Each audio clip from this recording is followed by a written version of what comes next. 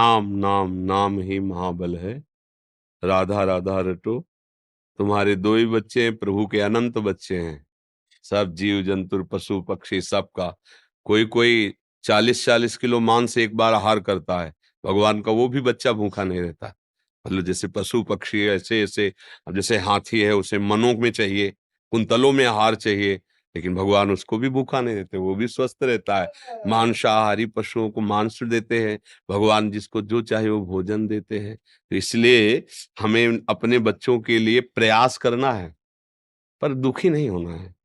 उनका भी तो भाग्य है, भगवान उनके भी तो पिता हैं, उनकी रक्षा करेंगे। नाम जप करो और भगवान के भरोसे रहो, तभी मंगल। भगवान के भरोसे हो जाओ तो सब मंगल हो जाएगा। हम मान लो पति चल गए तो आप कब तक टिकेंगे? हो सकता है कि आप बच्चों की परवरिश लायक न रहे, फिर कौन करेगा? दुखी मत हो। सर्वलोक महेश्वर भगवान, एक बार सोझा जी का चरित्र हमने कई बार सुनाया है कि उनको गृहस्थी से वैराग्य हुआ। भक्त थे, ब्याह हुआ और नया बच्चा प्रकट हुआ जब, तो वैराग्य हुआ। वो सब देख कर उनको बस अब निरंतर भजन करेंगे। पत्नी से कहा कि धर्म कहता है कि जब वैराग्य की भावना हो तो पत्नी को सूचना देनी चाहिए। तो हम आपको सूचित करते हैं, हम कल सुबह 3 बजे घर से भाग जाएंगे। तो उसने कहा हम आपके साथ चलेंगे। बोले आपका धर्म है, आप चल सकते हो, पर कुछ भी साथ लेके नहीं। जैसे हम कष्ट में जीवन व्यतीत करेंगे वैसे। तो कहा हाँ। चल पड़े। अंधेरा था, वो पीछे पीछे थोड़ा कदम। तो उन्होंने कहा कुछ लिए हो क्या पीछे? तो उनका पुत्र को ले कहा था, कुछ नहीं।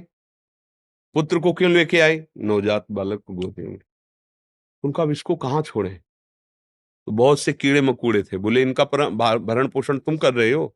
तो भगवान कर रहा है। अगर हमारी आज्ञा मानते हो तो यहीं छोड़ दो, नहीं वापस लौट जाओ। तो पति प्रेमी थे, पुत्र को छोड़ दिया।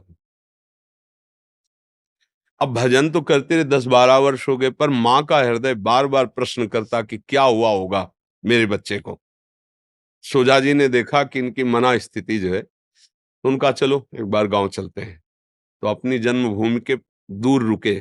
गांव के लोग आए तो बाल बढ़ गए थे, सहसा नहीं पहचान पाए। तो उन्होंने कहा कि तुम्हारे गांव में एक सोझा जी रहते थे, और जब वैराग्य से घर से निकले तो उनकी पत्नी पुत्र लेके निकली थी। तुम्हें पता है उस पुत्र का क्या हुआ?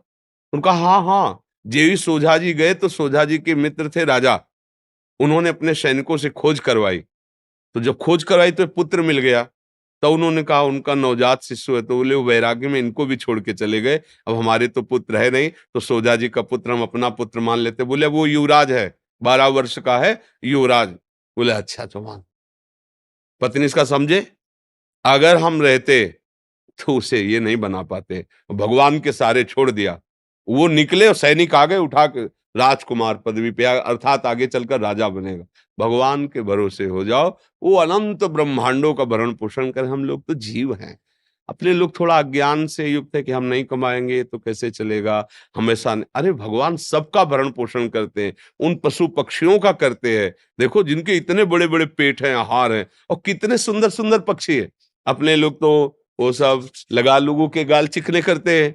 वो पेस्टो वेस्टो जैसा आता है, क्या कहते हैं उसे, क्रीम व्रीम ऐसे लगा के। और पशुओं को पक्षियों को देखो, एकदम ऐसे नीला लाल, ऐसे कितने रंग बिरंगे पक्षी, कैसा भगवान श्रृंगार किए हुए। भगवान के भरोसे रहो, भगवान का आश्रय ले लो, सुखी हो जाओगे। बात अंदर से मान लो, ये दुख नहीं होगा।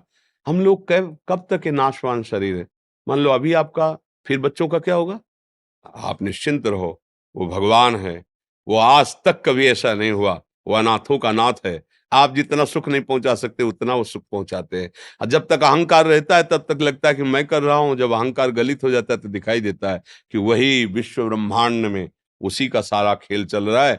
केवल हम अज्ञान से समझते हैं कि अगर हम अपने परिवार का भरण पोषण न करें तो परिवार मर जाएगा। लेकिन जब वो मर जाता है तो अच्छे से परिवार का भरण पोषण होता है, थोड़े दिन शोक रहता है, फिर वैसे ही सब। तो इसलिए सावधान रहो, नाम जप करो, तो भगवद आश्रित रहो। भगवान सबका भरण पोषण करते हैं, तुम्हारे बच्चे का भी भरण पोषण वही करेंगे।